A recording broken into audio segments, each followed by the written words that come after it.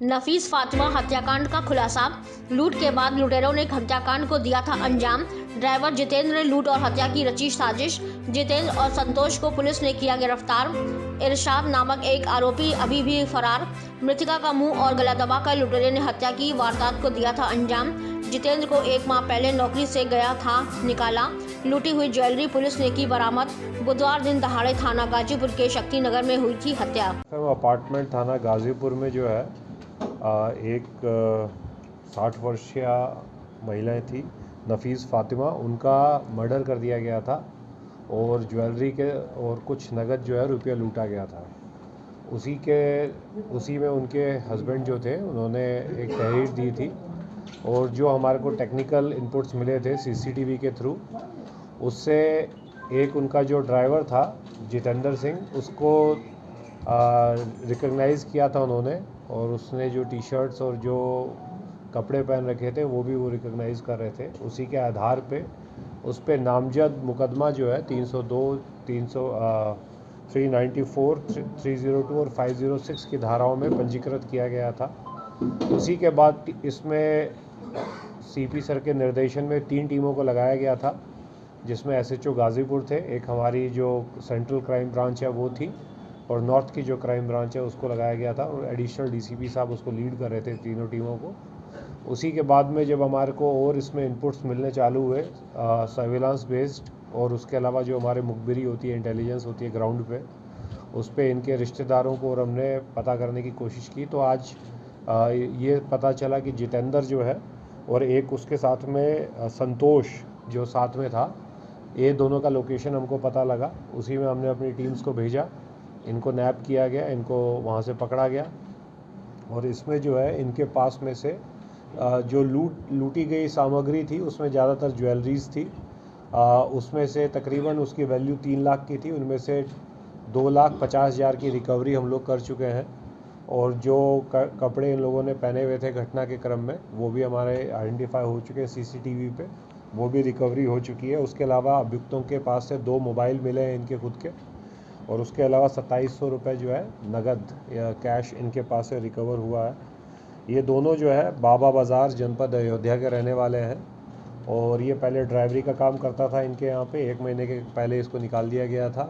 उसके बाद में से इनको रुपए की ज़रूरत थी, तो क्योंकि इनको ये ऐसा लग रहा था कि वो ऑलरेडी फ्लैट में जाएंगे और बैल बजाएंगे, तो क्या ऐसे आने वाले समय का लखनऊ पुलिस की तरफ से अभी अभियान चलाया जाएगा? देखिए, इसमें जो आपको भी पता होगा कि अभी पिछले आए हुए 20 से 25 दिन में जो घटनाएं हुई है, ज़्यादातर बाहर के कोई अपराधी, अभ्यस्त अपराधी आकर के घटनाएं की हैं। जैसे जो अभी गैंग पकड़ा गया था टप्पेबाजी वाला, वो महाराष्ट्र थाने का था।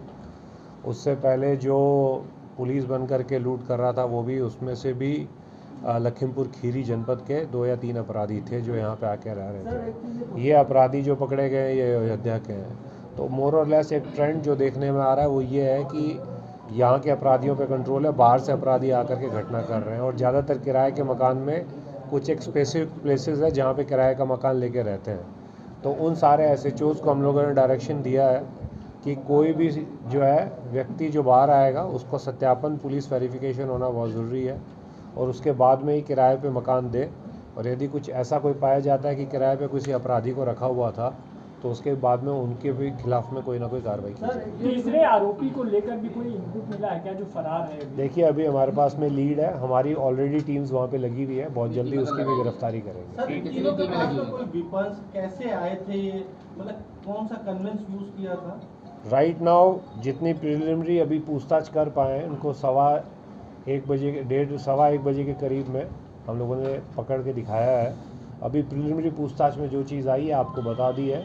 डिटेल्ड अभी पूछताछ उनसे करेंगे। अभी हमारे पास में वो है कस्टडी में, उनसे डिटेल पूछताछ कर रहे हैं। जो भी होगा उसमें आपको बताएगा। सर, जिस तरीके से महिला की हत्या हुई है, क्या उसके इंजरी आई है कहीं पर या फिर उसका गला दबाया गया या मुंह दबाया गया? पीएम अभी चल रहा है, पीएम की रिपोर्ट आने पे आपको बता दिया जाएगा। 3 टीमें लगी थी, एसएचओ गाजीपुर लगे थे, हमारी सेंट्रल क्राइम टीम के जो शिवानंद है वो लगे हुए थे और जो नॉर्थ के क्राइम ब्रांच के विश्वजीत हैं, उन तीनों, विश्वनाथ को लगाया गया था। इनके काफ़ी 24 घंटे के अंदर इस घटना को वर्कआउट किया है। काफ़ी मेहनत इन लोगों ने पिछले 24 घंटे में करी है अब रही बात प्रिवेंटिव की, तो प्रिवेंटिव के लिए जो स्ट्रेटजीज आपको मैंने बताई है, वेरिफिकेशन ऑफ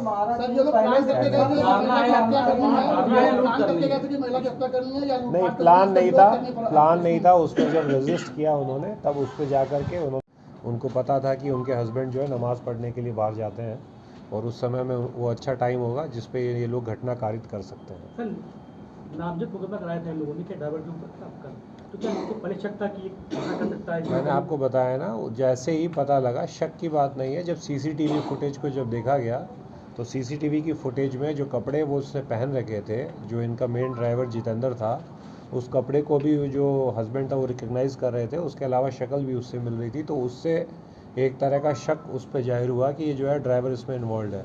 और पुलिस को भी ये लीड मिल रही थी सर्विलांस के इनपुट से, फॉरेंसिक इनपुट से, तो उसके आधार पे उस जो है उन्होंने तहरीर दी थी, उसमें वो नामजद तहरीर उनकी लखनऊ में जो है कई बार ऐसे मामले हुए हैं। जितेंद्र के साथ जो उसका साथी संतोष है और एक आरोपी अभी जो फरार है, एक आरोपी जो इसमें जो आरोपी फरार है उसका नाम है इरशाद, वो बाराबंकी का रहने वाला है। उसको इन्होंने अपने साथ शामिल किया था घटना में कि जो भी पैसा मिलेगा उसको बांट करके उसको भी दिया जाएगा। अयोध्या में घर में दाखिल कैसे हुए थे? बैल बजा करके, और जब उससे पूछा कौन है तो उसने अपना नाम बताया कि मैं आया हूँ, और जो इनका अभियुक्तों का कहना है उसके बाद में उसने दरवाज़ा खोला, फिर उन्होंने ओवर पावर किया उसको। ओवर पावर करने के बाद चाबी मांगी, चाबी लेकर के जो अंदर गहने और बॉक्स जो थे उन बॉक्स से ज्वेलरी निकाली। सर ये जो ड्राइवर है ड्राइवरी करता था, क्या इसको निकाला गया था या इसने नौकरी छोड़ी थी? कुछ ऐसी भी सूचना आ रही है कि इसको डाटा वाटा गया था, उससे भी कुछ आ रहा है? 1 महीने पहले के करीब में उसको नौकरी से निकाला था, जो बताया गया है। उसी में जब इनको पैसे की ज़रूरत पड़ी, अब इनके पास कोई काम था नहीं, पैसे की ज़रूरत थी, तो उसी में इन्होंने ये लूट करने का प्लान किया था पूरा। सर इन तीनों का कोई आपराधिक इतिहास है और क्या अभी तक जितेंद्र का आपराधिक इतिहास है। जितेंद्र के ऊपर थाना रुदौली जनपद अयोध्या में और थाना गाजीपुर लखनऊ रुदौली में अयोध्या में पहले से एक आपराधिक इतिहास इनका है। आर्म्स एक्ट में मुकदमा पंजीकृत। तीनों का सर मिलान कैसे हुआ जो तीन लोगों ने घटना कारित करने का जो प्रयास किया था? इसमें कन्फेशन ऑफ को अक्यूज्ड है हमारे पास में, सीसीटीवी फुटेज की फुटेजेस है हमारे पास में। उसके बाद में जो मोबाइल इनके यूज़ हुए हैं उनकी लोकेशन बेस्ड पे जो total technical evidence based, circumstantial evidence based हमारे पास में एविडेंस है। और उसके बाद में जब इनको गिरफ्तार किया गया तो जो आइटम्स इनके पास से मिल रहे हैं, ज्वेलरी के आइटम्स, उसको भी अभी वादी दबा करके मारा है। बट जब तक पीएम की रिपोर्ट नहीं आ जाती क्लियर कर, तब तक मैं आपको टीम को कोई नाम दिया जाएगा बड़ा टीम को एप्रिशिएशन दिया गया है। नाके वाली घटना पे भी टीम लगी हुई है, तुरंत इसकी भी वर्कआउट। मास्क नीचे करवाइए, तो मास्क नीचे करो भाई, हत्या करने में नहीं आपको हत्या करने में शर्म नहीं आई? मास्क नीचे करो, शर्म आ रही है? पूरा नीचे करो, पूरा और करा दिया, पूरा नीचे करो यार, और करा दिया। पूरा नीचे कर। तुम्ही ने दरवाजा खोल करके गला दबाया था? हैं? क्या किया? कैसे मारा था? किसने दबाया था? गला किसने दबाया था?